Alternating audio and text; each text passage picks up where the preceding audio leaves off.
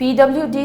Contractors Singi pending bill sing MP election Mamangda Pithokpiyu HAINA Manipur Hill and Valley Contractors Association MAIKEIDAGI LEINGAKKI PUKNING CHINGSILLAKLI Hiramasiga mari leina ngasi Manipur Press Club ta pangthokiba pawgi mifam amada Hill and Plan Contractors Association ki President KHH Rajan hai under financial year the Pwd Contractors Singna March thagi mamangda thajin kiba FX bill amadi FR bill sing March tha aroiba phawpagi manungda fanglagani haina chauna thajaba thamluraga bill hapiraktaduna collapse satkriba si kadomda chatkibano khangdana leire hairiba FX amadi FR bill asi finance na kadomda thaidoktuna thamkribano haibasi bill phanghautraba contractors singna khangningi loinana apunba bill head asigi manungda FX ta senfam kaya pithokrage haibasi su finance department na contractors singda khanghanbio niyomgi matungina di finance na sanction tawkraba FR bill gi senfam sing asi hana pithokraba matungda FX bill gi amuk pithokpagi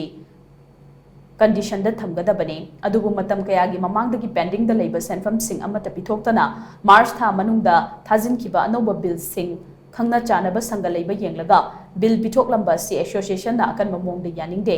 finance sanction da nakna hodaba contractors singi bill thadoraktaba si yamna michang mikhai naiba thawongni maramasina athuba matamda finance department na pending da lehoba FR bill sing ase release tobiu natrabadi contractors sing na su makhata ba khongjang sing changsilaknaba sem saduna lei haina mahang haiki pawgi mifamadu da sarkya ki ba contractor nongmai kapam gauro na hai lisingani kungomdoi kungamari PWD gi budget asida chahi asigi oina 5054 gi thabak asi work program 384 sanction tawki masigi manungda expenditure sanction asi work order amada crore manga ga lakh yankhai mathoi sanction tawki adubu hairi ba senfam asing asi fawbada contractors singda senfam amata suna phangba yaudri hairi ba thabak sing asi ES phanglaba su CDAD amata withdrawal tawbidre maramaduna finance su pairiba chief minister na ES phanglaba CDS sing asi MP election mamangda withdraw tawbiu haina mahang haiki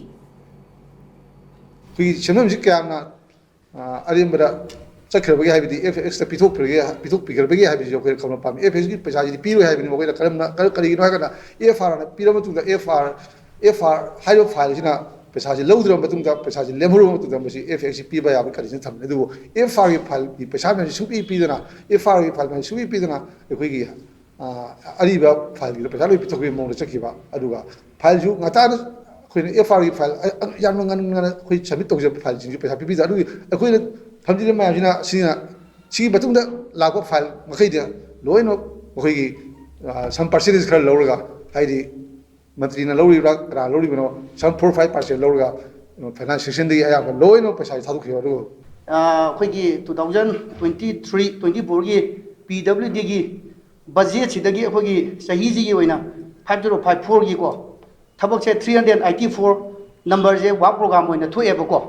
thoiba program je da magi expenditure sanction ji thaba amom da 20% da crore yankai ma thoiga lakh yankai ma thoi je sanction taweba sigi sanction tawriba thabak sing ji gi paisa ji all of akoi gi contractor da loi suna phangdaba haibadi thariba paisa ji khara khak piraga lemhoriba akoi gi thabak maximum akoi gi contractor nangaina atopa contractor ngaina sujaba akoi gi ko sigi thabak ngai ji paisa ji ES phangaga ju akoi CDA ji amda withdraw tawbidre ko CDA ji withdraw tawbidramina akoi gi hoji honorable CM da lairiba akoi gi CDA ES phanglaba CDA withdraw tawdang ji akoi gi MP election board mamang gi da withdraw tawbiu hona akoi sine akoi all Manipuri Hill and Plain Contractor Association na akoi hajariba demand ji